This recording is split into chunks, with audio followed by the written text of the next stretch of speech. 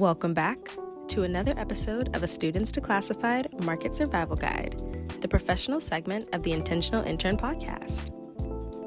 With Valentine's Day right around the corner, we're embracing the spirit of love, connection, and emotion in today's episode with this week's guest, Khadyajah Jenkins.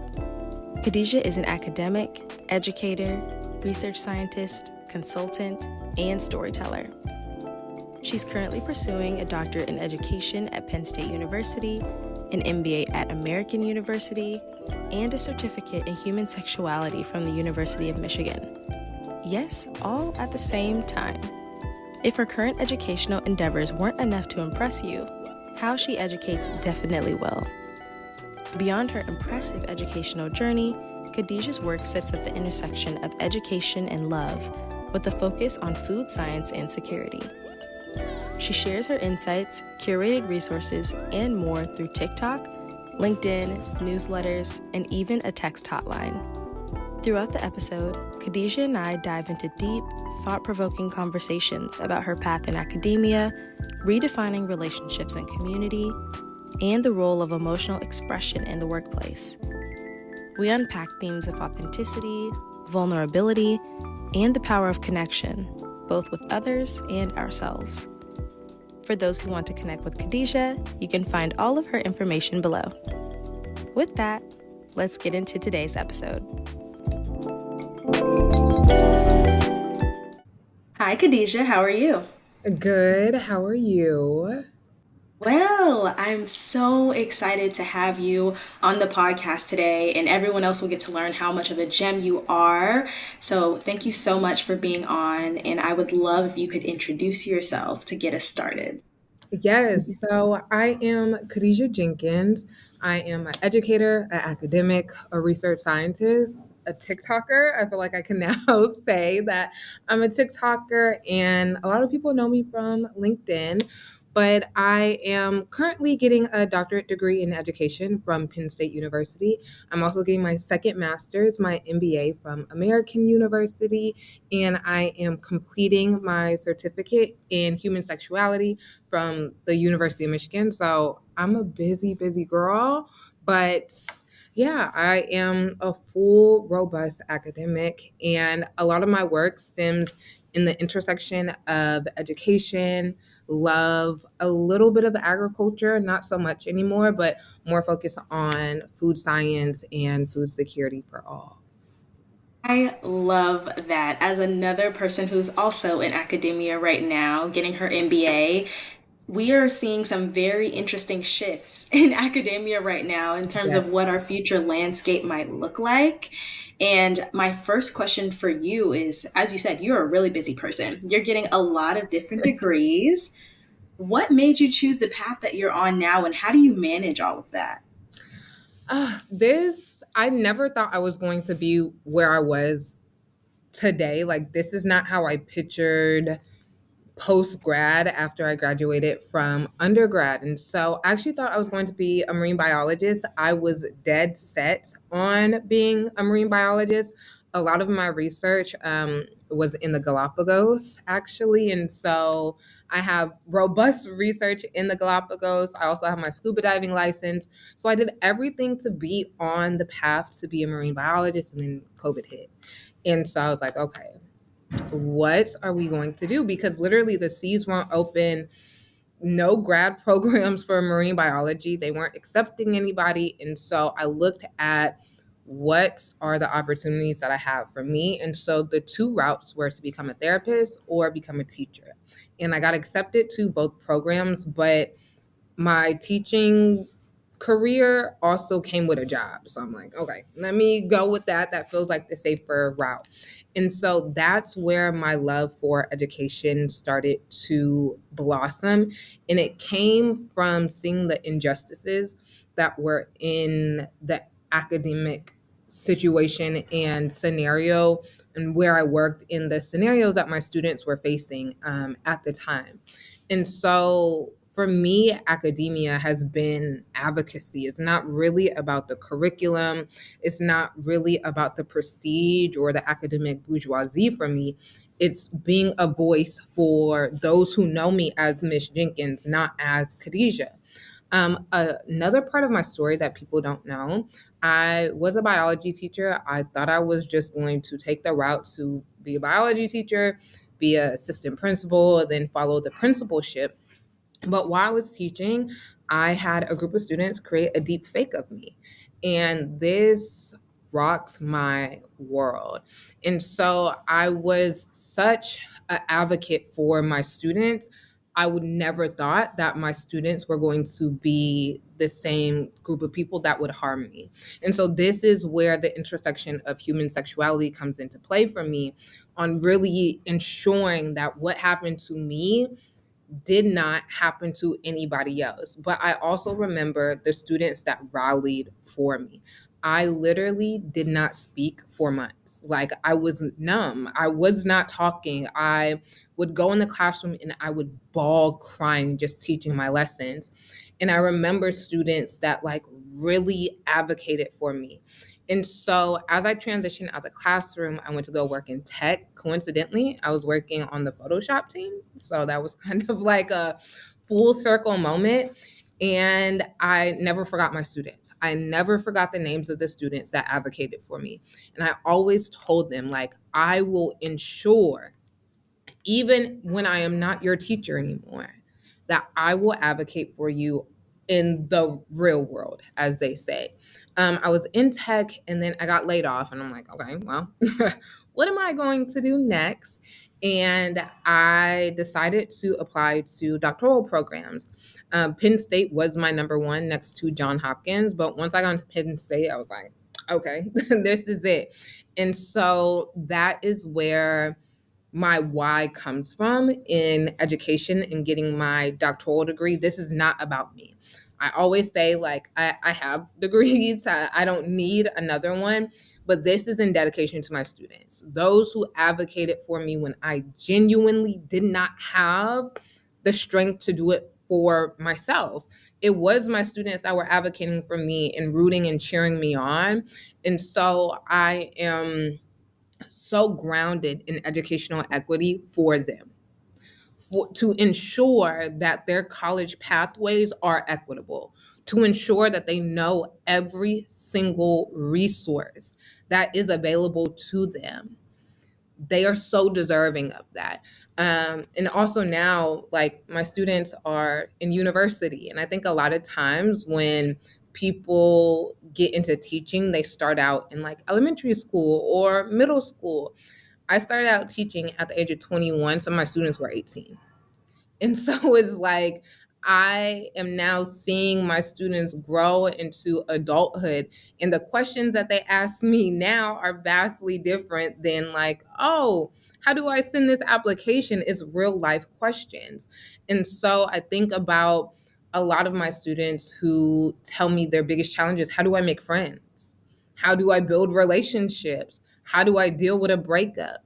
And so my advocacy for love also is, okay, how did I deal with my first breakup? What was the real advice that I needed that wasn't rooted in shame, that wasn't rooted in like, oh, you're young, you'll get over it. Like, no, I need to be heard. How do I handle these onset of emotions that feel so strong, because this is the first time that I'm dealing with it.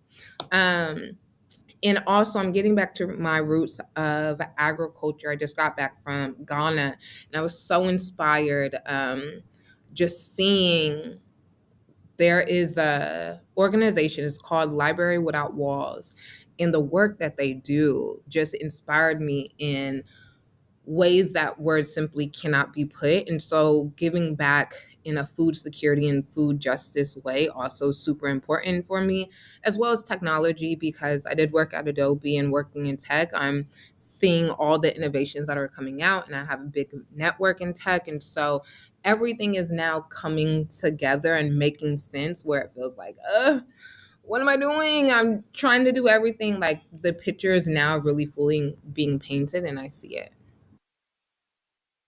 I love that you tied it all back together, and somewhat of the way that you manage all of what you're doing is because it comes from a purpose driven mission, and it's coming from your passions marrying together and finally finding their way in the cycle of what you've gone through and finding that harmony and merge with one another. Yes, exactly. That is perfect. And I always tell people, like, if you know me, you see my story in my research. Like, if you know the stories and like why I am researching human sexuality and why am I researching sex and why am I researching love, you see my story of pain in my research. I don't say it bluntly and like transparently, but that I remember I would cry for months and nobody heard my tears. It felt like I was screaming for help. Even when I was navigating the situation of the deep fake, I was asking for help, asking for resources. And it was so bizarre at that time. I believe it was 2021. So ChatGPT wasn't a thing. Like these conversations of AI, that was not a thing in 2021 when I was dealing with this. And it was such a shock. Everybody would tell me, I don't know, Khadyajah. Like, I don't know how to help you. I don't know what resources are. And there are no legal protections for an adult when you're going through those things, or criminal protections. And so that I just got everybody telling me, like, I don't know, and people pitying me. And so that's where my message of at the level that you can feel pain, you can feel pleasure, because I know the opposite scale of each and I know them so intimately. And I know what it feels like to be so hurt that you are numb. I know what it feels like to lose a job, the job that you dreamed about, the job that everybody told you, once you make it here, you made it. Once you made it in tech in 2021, 2022, once you make over $100,000, you're good. And I had that and I lost it. And then people were like, I don't know what to tell you, just get it again. But it's not that simple. And so my story is a mirror and a mirroring of complexities and simplicity, like constantly in the relationship. And you see that in my work, you see it in my research, you see it on my TikToks where I can make like these really complex topics really digestible. And it's like, oh, I didn't think about it that way. And so now that I'm like in this space on writing my dissertation and what does that look like in doing all these huge research projects, like really getting back to my why, at the measure that you feel pain, you can feel pleasure in every relationship dynamic, whether it's work, whether it's partnership, whether it's school. So No, I feel that. And as you're saying, you can feel both of the extremes and they show you how complex but also how simplified things can look, especially from an emotional scale and looking at a range of how that plays into what you're going through and what you're feeling and how you're translating what you're feeling in that moment and really sitting back and looking at it. You're completely right. It is this plethora of ideas that come to play when you are in certain situations that make you look at things differently, where you really don't have any other choice. And when you said that about, oh, we were just taught you get this job, you are in there. And now that is completely crumbling. A lot of what we have been taught growing up of as long as we do this, we can get this is completely changing. So we are facing situations where we're asking, what do we do? And the people behind us, they don't know because they were taught the same thing. exactly. And I think that is a conversation that needs to be had more. I remember when I was like in the midst of my job search and my mom said, Khadyajah, what you're going through did not exist when I was your age. So I don't know how to give you advice because it simply did not exist. And I think that is something that I don't forget about when I'm giving advice or when I'm listening to my students or my former students or whoever messages me on TikTok or LinkedIn is this is new for everybody. Everybody navigating this space, this is new. And so I always give advice from a place of empathy and grace because also everybody is just figuring out. Like I don't care how senior their role is, how many degrees that they have. Everybody is just figuring it out. And so it adds that layer of like relief and refuge and like, oh, it's not that serious. It's not that serious, but still, how do I navigate this? Like, somebody give me some advice, somebody give me some help. And so I try to offer like that place of refuge. And I think going back to the conversation about love or storytelling, we don't see this in academia. And so I want to ensure that I'm also not upholding elitism or academic bourgeoisie within the academy, especially at the level that I am, at the institutions that I'm in. I I know my academic positioning and I do not take that for granted. And so I also want to ensure that as we talk about all of these beautiful innovations and all these cool things, that our love stories are also being told within academia, because those are just as important. We are going to the second shift after work, after school. The second shift is our relationships. And we're also in a loneliness epidemic. So many people feel alone, and we're not talking about it outside of the digital realm. And so a lot of my research is also to validate, like, I hear you, and there is someone advocating for you at the highest academic level, and I'm ensuring that your stories are being told, because I also don't think people understand this. The next level of experts that are going to hit the market, most of them are not talking about us unless they look like us. And so when we're thinking about diversity, equity, and inclusion, who is advocating? Who are the experts? Who are these people? They're not talking about us. They're not talking about us in the discussion posts. They're not talking about us in the dissertation.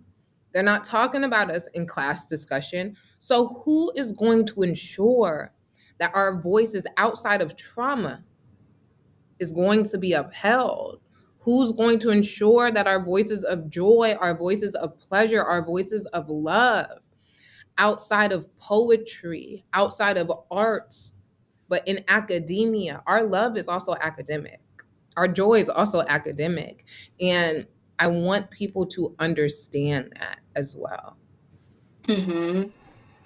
Exactly. I couldn't agree more with. We talk about grief so much in different ways. And to your point, going back to that level of trauma and understanding how that may impact people on certain levels and what that looks like, or even down if we're going into sectors of like, what does economic trauma look like? What does, in this case, academic trauma look like from a stance of the inequities that are in the places of academia?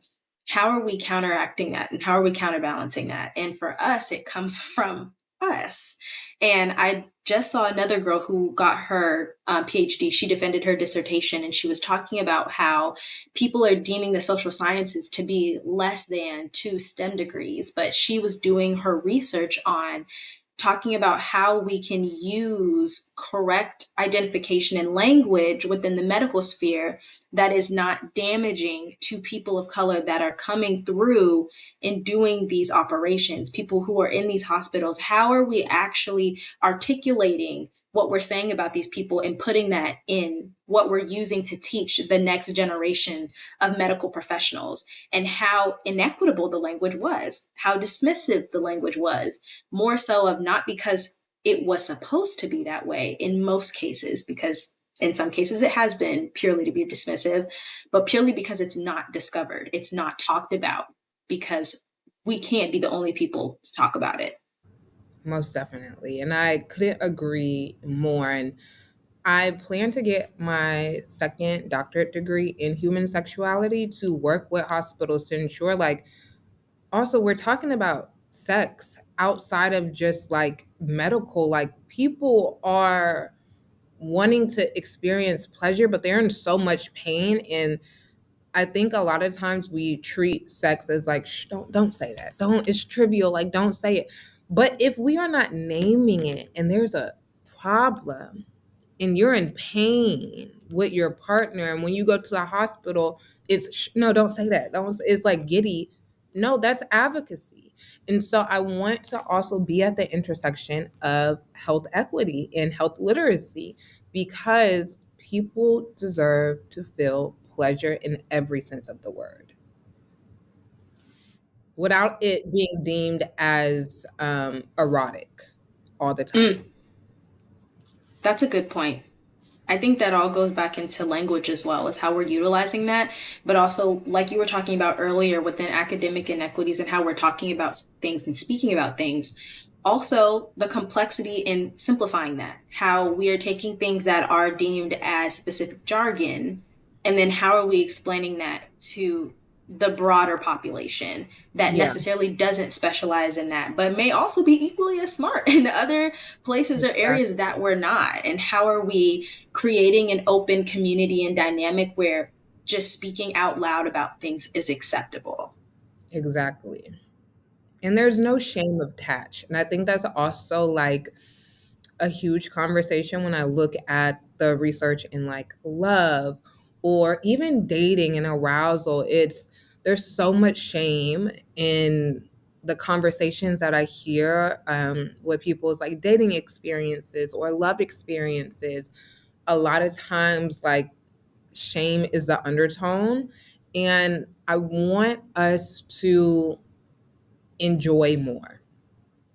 Like, I truly want people to have fun more as well, especially when it comes to their love life, especially when it comes to community and friendship, because I think social media has also made everything feel so textbook. It's like, okay, when I go on the date, I have to remember, I have to say this, I can't eat too much. I gotta make sure I don't look too crazy. So I'm gonna wait for them to text me first and I'm not gonna call. And then maybe I should actually, it's like a lot of role playing, not in a sexy way. It's like you're trying to follow all exactly what the social media textbook says outside of just like enjoying the moment and being where your feet are.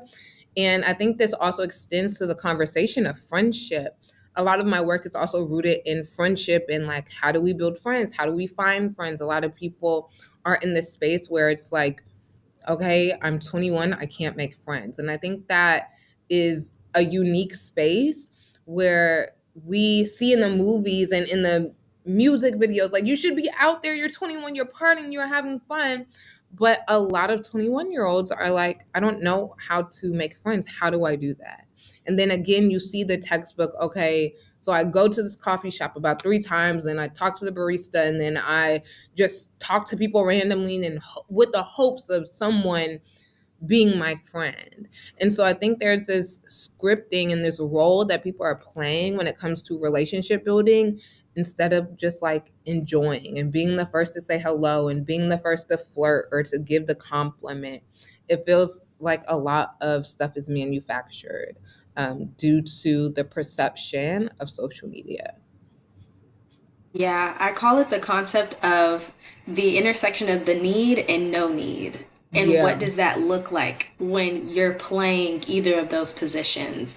But also, how do you feel when a need is satisfied for you, but also when there is no need at all, and you still are able to have abundance around you, whether that yeah, looks like a friendship or a relationship, which I love that when you're talking about relationships, you're also categorizing friendships in that as well, and how those also are taken as priority and as seen as equal hmm, versus just looking at it from a tiered system of like the relationship that you have with the partner is the ultimate goal. yeah.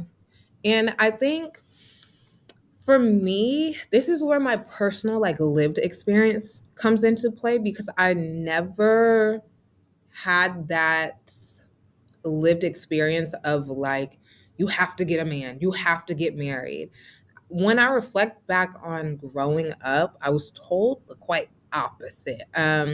Because I was raised by a single mother, even though my parents were married for quite a bit of time, about 15 years, I believe, they got a divorce. And it was so harsh on my mom that the messaging that was told to me is you don't need a man for anything. Nothing at all. You never ask a man for anything. And I was telling my best friend, Anthony, I did not know, like, I genuinely did not know you can ask men for stuff until I got to college and I met my best friend. Like, I did not know you could ask for help.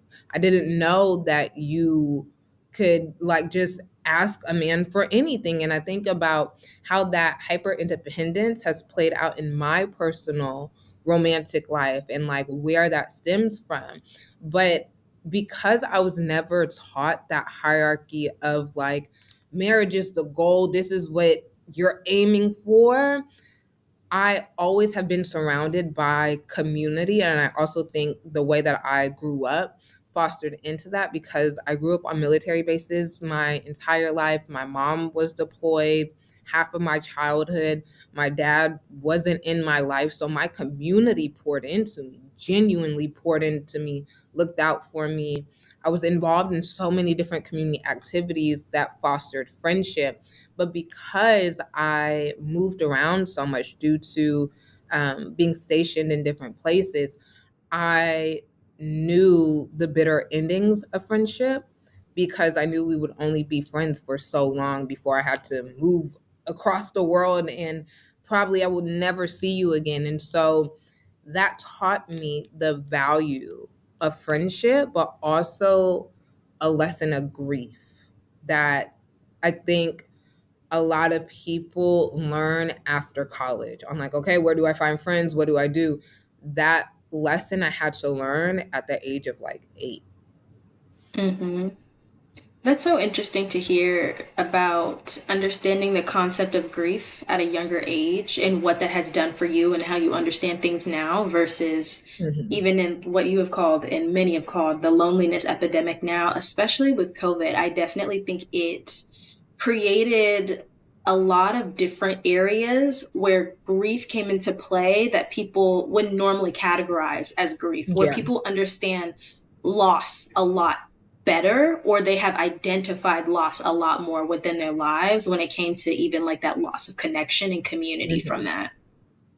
I think that's interesting as well because I think this is where the conversation of shame comes back, or maybe like, I don't know who to talk about this with. Of I feel lonely. I don't have any friends. I don't have anybody that I could connect to on a deeper level. I think now we're starting to see those conversations bud a lot more. But I think it's that juxtaposition and I again the relationship between complexity and simplicity of how do I navigate grief through this way. And reflecting back on my childhood and to where I am today, because I had to know grief so intimately, like when your parents are getting deployed and knowing that they may not come back, like that was a real reality. I remember my mom, every time she would be TDY or get deployed, having to go over her will. And like in the event that something happens. And so that relationship with grief that I've had so intimately my entire life has also played into the empathy that I had with people. And I think about when I lost my job, a close friend of mine also died.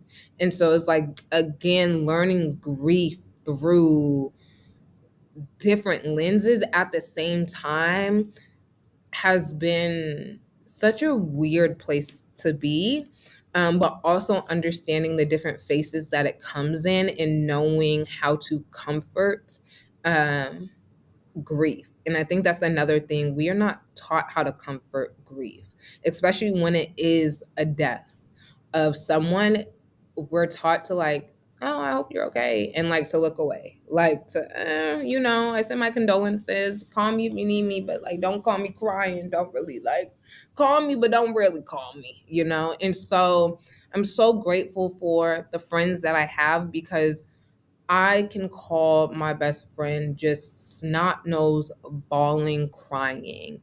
And that space is held for me, and vice versa. And even when I think about this from a romantic perspective, and the people that I've dated in my past, is that space has always been held for me to show up in my grief, to show up like as my full self. And that is something that I'm so thankful for. But when I think about it from a family perspective, I did not see emotions. And so I'm the only person in my family that is very like outwardly like, I'm sad, I'm happy, I'm like these full emotions. I'm the only person in my family that expresses that. And so again, that like unique juxtaposition that comes with life.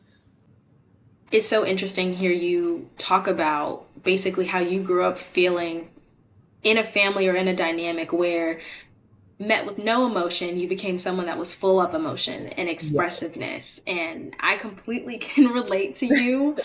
I think we're in different spheres, but I definitely feel like I want to get to a space where you are. I think a lot of people want to get to an understanding where you are with your emotions and Yeah. how you're able to reflect and comfort yourself without making it feel like it is rooted in shame or in grief or even in avoidance, where it's just something that should be put Yeah. on the back burner. And what do you think people are missing when it comes to where we are now about a lot of people having an issue with either building community or holding space for people? Where do you think the common denominator is? And do you think that there is a way that we can remediate that over time? That is such a great question. Nobody has ever asked me that. Um, my short answer, can I cuss? Is that a thing? Yeah. I don't give a fuck. Like I am one of those people that I am who I am. This is how I show up. That I am Khadyajah in my fullest. I've always been the person that's like, I don't care. Like, and so I think that is step one. Like I genuinely do not seek external validation whatsoever. Like whether a million people watch my TikTok or one person, I don't care. I don't care. Like I genuinely don't. And so that has been such a solid foundation of me also expressing myself in my full emotions. Now, for like a 2 year period, I was also Buddhist. That's like a fun fact. And so I learned so much through that 2 year period on suffering and also love, because that is essentially the foundation of the Buddhist practice. You learn suffering and what it means to suffer and like walking through that journey. But I also think about the closest people to me and my friends. Like we all have this, we show up as our full self. Like there is no judging whatsoever. And in that, when they critique or when they give me feedback, I know it's rooted in love. I think I have such a strong like discernment of people, and I can say fully I am surrounded by good people. Like they have great hearts. Even when I think about from a professional realm, I am professionally also surrounded by good people. Like the people that advocate for me are good people at their core. And I think the common denominator is us showing up as our full selves without trying to hold up a mask in any way, shape, or form. And doing that without shame. I think about my best friend a lot, Anthony. We are completely opposite. Like Anthony is a farmer in East Texas. He's literally, I just got off the phone with him before I got on this podcast call, and he is screaming at cattle right now. But we are total opposites. But Anthony was the person that like really solidified and taught me like, you, who cares? This is who you are. Like Anthony is who he is, and hanging out with someone that is so extroverted and I'm so introverted, when like you first meet me, it's I we just bounce off each other very, very well. Um is really finding your people, and that's the hard part. Or what is perceived to be the hard part, because even when I think about all the friends that I have, I literally will go up to someone if I think we will mesh. Will you be my friend? I'm one of those people. Will you be my friend? Okay, sure. Here's my number. Let's stay in contact, and making sure I'm keeping those connections going, whether it's sending TikTok videos, whether it's texting. I don't call people like they're my best friend. That's something I gotta work on. Um, I don't call people, but I do show up. Like, we show up. I don't care if you are graduating in Thailand. If you want me there, I'm there. And so I think that showing up aspect is so important, and not only showing up in the celebratory moments. When my friends need me, you need me to help you clean your house, I'm not coming. I don't care how dirty your house is. There's no shame. I'm showing up. And I think there is this level of like, no, I don't want you to see my house dirty. No, I don't want you to see me crying. No, I don't want you to see me angry. But for friendships to deepen, I need to see you hurt, because I need to know how to comfort you. You deserve to be seen in your anger, in your joy, in your party moments, in your grief. You deserve to be seen and have a space held for you, even if I have nothing to say. And I think that is the advice that I would give to people, is like, don't only hold space when it's good, because a lot of people are struggling and they don't know who to call when they are suffering, because I don't want you to see me like this. I don't want you, or this constant asking permission of like, do you have time to hear me cry? I'm in crisis mode right now. I don't have time to like ask, do you have time to hear me cry? But I also think there's a relationship of like, you can't only be pouring into the pessimistic, because it's like, there has to be a boundary crossed. There has to be like an equilibrium between life and joy and grief and anger and sadness, and having that space held. And I also think humor. People need to laugh more. And you need to laugh with your friends more. You need to laugh with your lovers more. You need to laugh with your family more, because there's some type of bonding that humor builds that I don't think any other emotion has that power to do. Question: have you read the book Atlas of the Heart by Brene Brown? I have. I feel like the emotions that we're talking about, and in the way that we're talking about them, from wonder and awe, and how within that book she lays out, none of these are bad. These are all emotions that you should be feeling, is something that you're articulating very well. There's no shame in that book. I mean, I expect nothing less from a person who studied shame and grief, but just thinking about how those things are normal. And we always talk about, on any social media, normalize. Y'all, maybe we're normalizing the wrong things. Maybe we're Exactly. normalizing things that are not worth our time. We're having these little substantial arguments that are really evading the whole point of a lot of Exactly. things that we're trying to get down to the root of things. And I think also within shame and grief, there comes fear of what's next with that. Yeah. And it's And scary. I think the conversations that are held on social media, are also, those normalizing conversations are also rooted in shame. And so I think this is where people have to have the discernment of like, is this a dialogue that is meant to foster shame? Does this sound shameful? Does this sound shaming? If it does, it probably is, because shame and creating content through that lens makes money. And so this is where I always preach digital media literacy, because people need to know how to decipher where they're seeking refuge in. Because a lot of times, especially on TikTok and social media and YouTube, it's for clicks and likes. It's not for mentorship and guidance.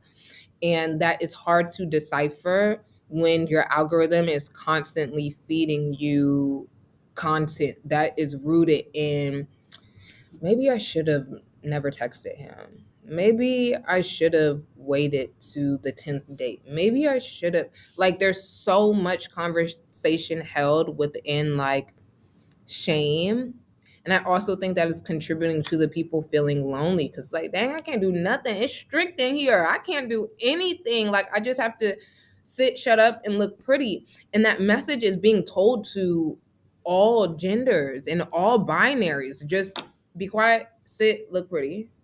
Be quiet, sit, look cool. Don't say anything, don't move, don't do nothing. You can't mess up, you can't do anything. Just look sexy without any personality. But then again, you have to be funny. But then again, you can't do X, Y, and Z. And so I think people have to be so cautious of the media that they are consuming. But to your point in fear, I think this is where I am now in my journey, my personal journey and like navigating is the fear. Because the fear that I felt when I got laid off, where it's I feel the world just crumbling under me and I don't know where I can step. Like it feels like there's nothing beneath me to step and I'm scared to put my feet down. That is the same feeling that I have right now about what is next and like, okay, what am I doing with this doctorate degree and all these things that are coming and what am I supposed to do with X, Y, and Z? And so I'm navigating what the fear of success looks like. And not that, okay, I'm not going to be successful because I know I am going to be successful and I am successful, but it's like I'm scared to put my feet down because I don't know what's next on the opposite side of like, I don't know how good it could get. And so now I'm learning and I'm working through therapy with this is vulnerability, where I know all the definitions and all the emotions and I can identify a point in time and what that felt like. And I know what it feels to be loved. I know what it feels like to have lust. I know what it feels like to grieve. I know what it feels like to be numb and angry. And I know these things. And the next step is like the vulnerability of succumbing to the moment. And for me, this really plays like romantically for me because I am not vulnerable at all. And as someone who studies love and relationships and dating, and I could talk about it until I'm blue in the face, anybody that I've ever been on a date with is like, this girl does not open up. Like, does not, or once it's like, okay, I want to be your boyfriend, I pack my bags and I go.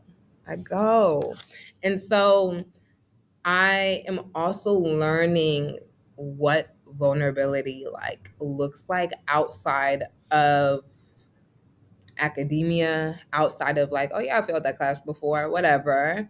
Or, oh yeah, I lost my job and then I found another one. But now is this relationship with vulnerability that comes with romance.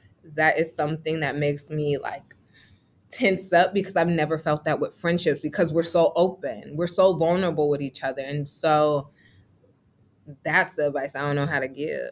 And I guess I know what it is, but it's loving also means you run the risk of losing.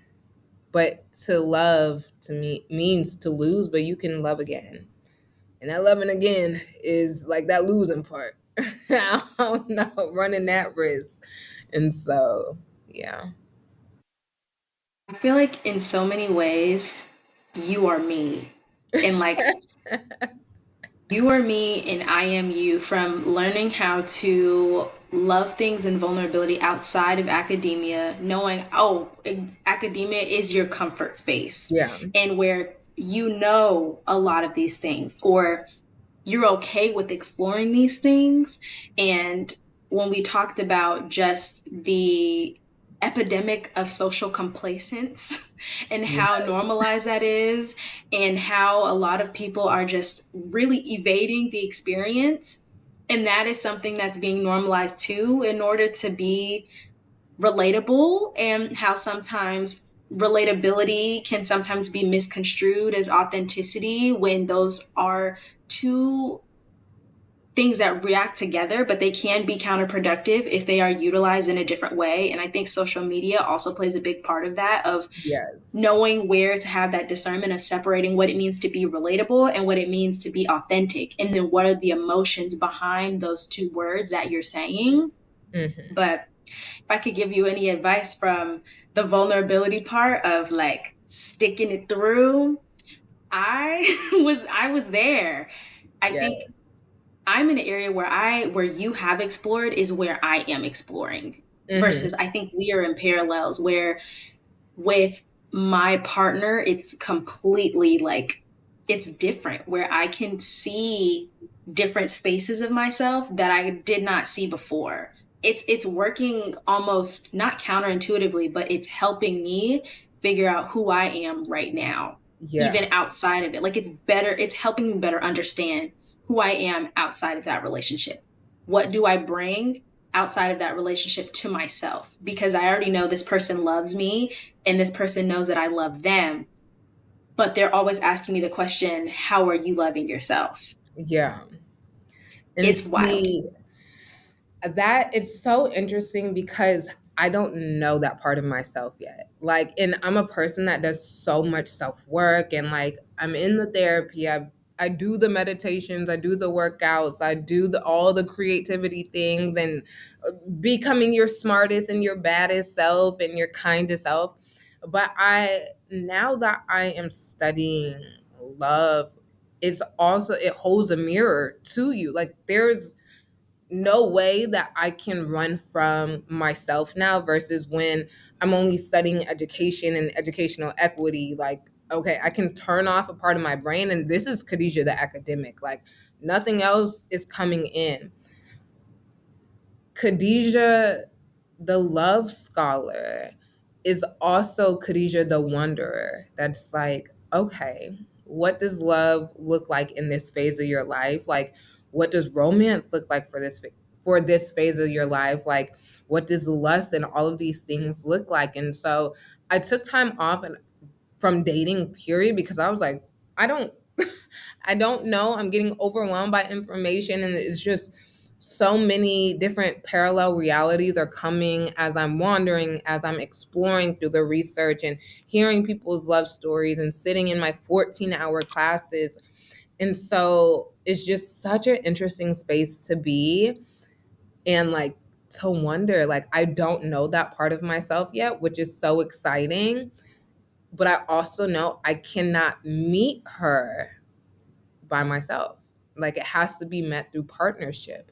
And so that is the part that I'm like, I get excited. I'm curious. It's like, oh, what does that person look like? Because if I show you all the people that I have dated, you're gonna be like, they all look the same, girl. They all look they all look the same. My therapist tells me, like, what factory are they making these people in? Because they all look the same. And so I don't know. It's that giddiness, but also I know that I'm not open. Like I can go somewhere, but it's like I'm not the advice that I'm throwing the first hello, baby. I ain't throwing no hello first. I'm not I'm just not. And so I have to get past myself. Is that vulnerability not in the space of pouring my heart out? Because I can do that. It's you got to get past the text first. I don't text anybody first. Like I'm one of those, and it's just something I've always been that way. And so having to grow outside of just my normal and like trying something new on like calling somebody or texting first, or if they didn't respond, like you could still say good morning. That's vulnerability makes me like cringe.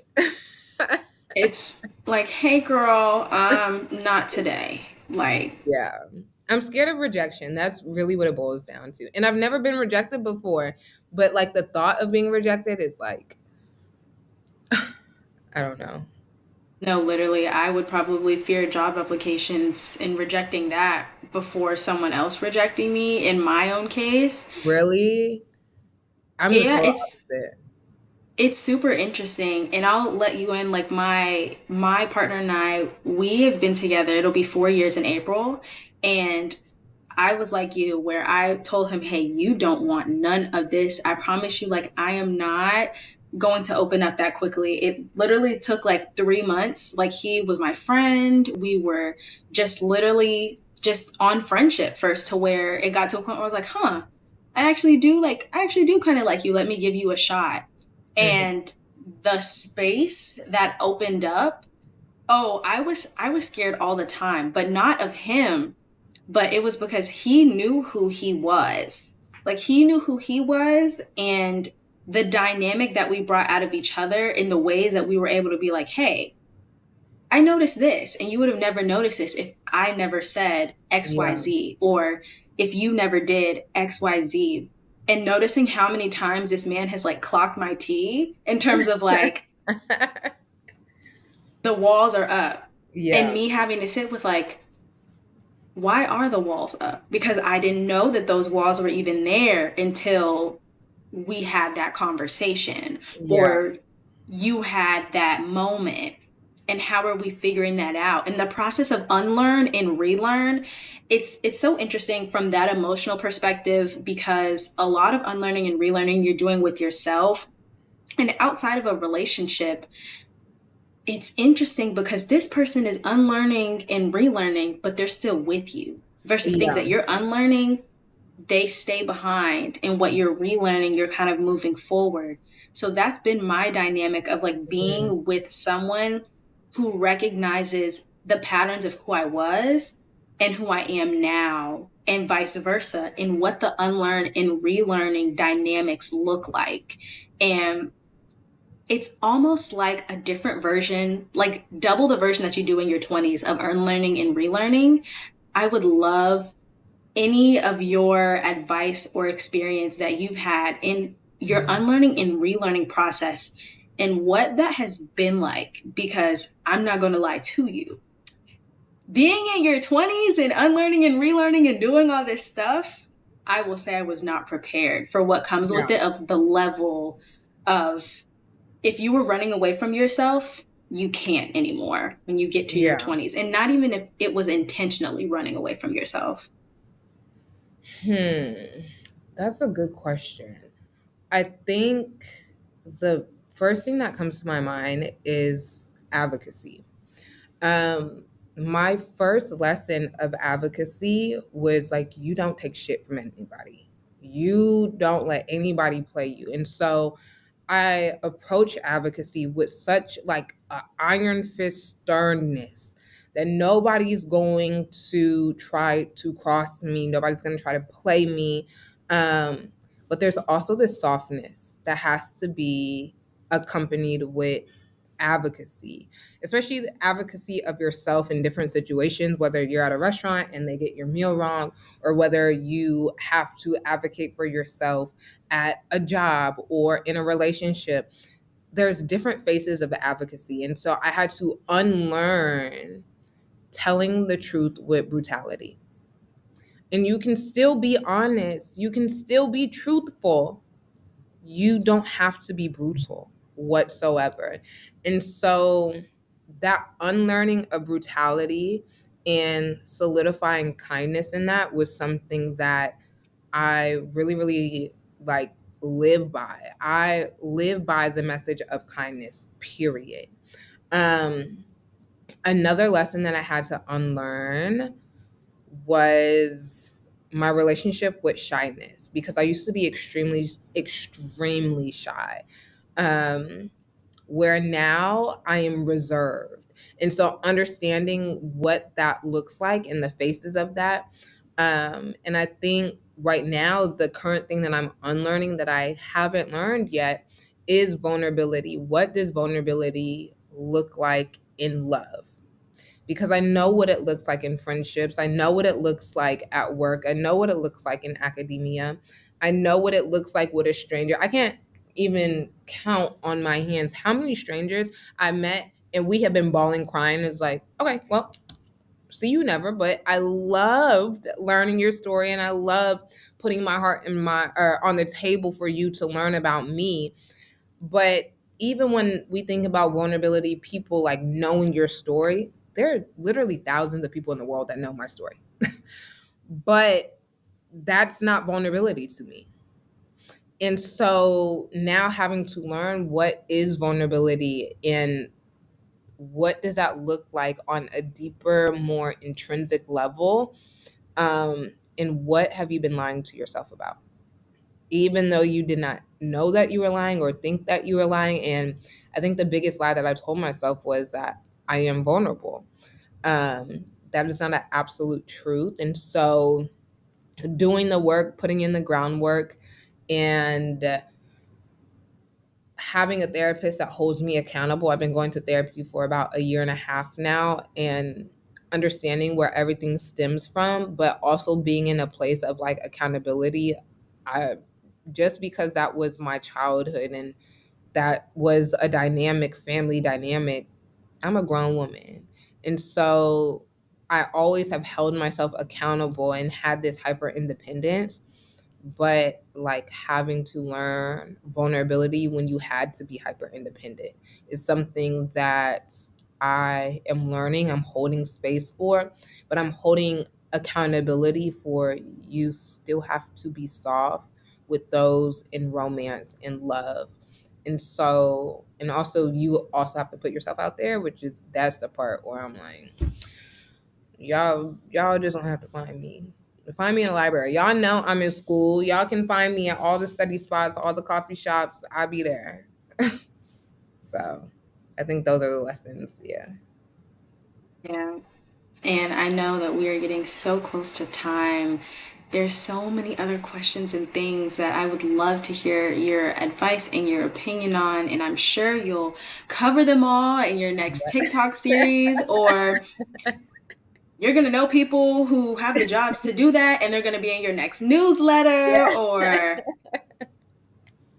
Yes. I am so thankful for all that you are and what you have been in this moment, and being so open and receptive to just having a vulnerable conversation, Yeah. subjective, for Yes. And I am so grateful for you to hold the space for me. I'm really grateful. This was fun. I really appreciated it.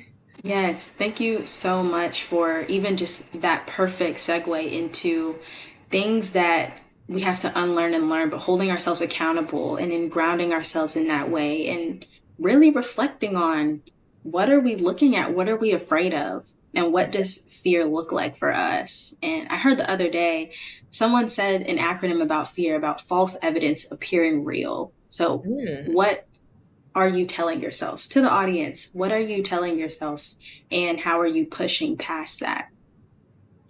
Food for thought, because clearly, we have someone advocating for food science here and equity. Food for thought, guys. Yes. Academia. I'm trying to plug y'all in, but once again, thank you so much for being on the podcast. And thank you for all of the work that you're doing within your community, in all of your intersectional communities, to promote equitable and responsive, kind workplaces, communities, and areas just around the world. Of course, of course. This is my love letter to the community. Like, I genuinely love what I do. I genuinely love advocating for people. I love it. This is my love letter. This is my dedication of my life, my work. This is a love letter to those who came before me, those who advocated for me in ways that I don't even know, those who uplifted my name in rooms. And my work is my love letter to them, and my work is my love letter to all of my students. My work is love letter to community and those who will come after me. And yeah, I'm so grateful for the positioning that I am today, but I would not be here without those who advocated for me. And I will always, it is my life work to always pay for it. It's like at the end of the day, also a love letter to yourself too, when you look back. Oh, I like that. Yes. Well, thank you so much again, and we look forward to keeping up with you in the future, whether that's on LinkedIn or on TikTok for however long we have it this time. Hopefully we have it forever. I need TikTok, but yeah.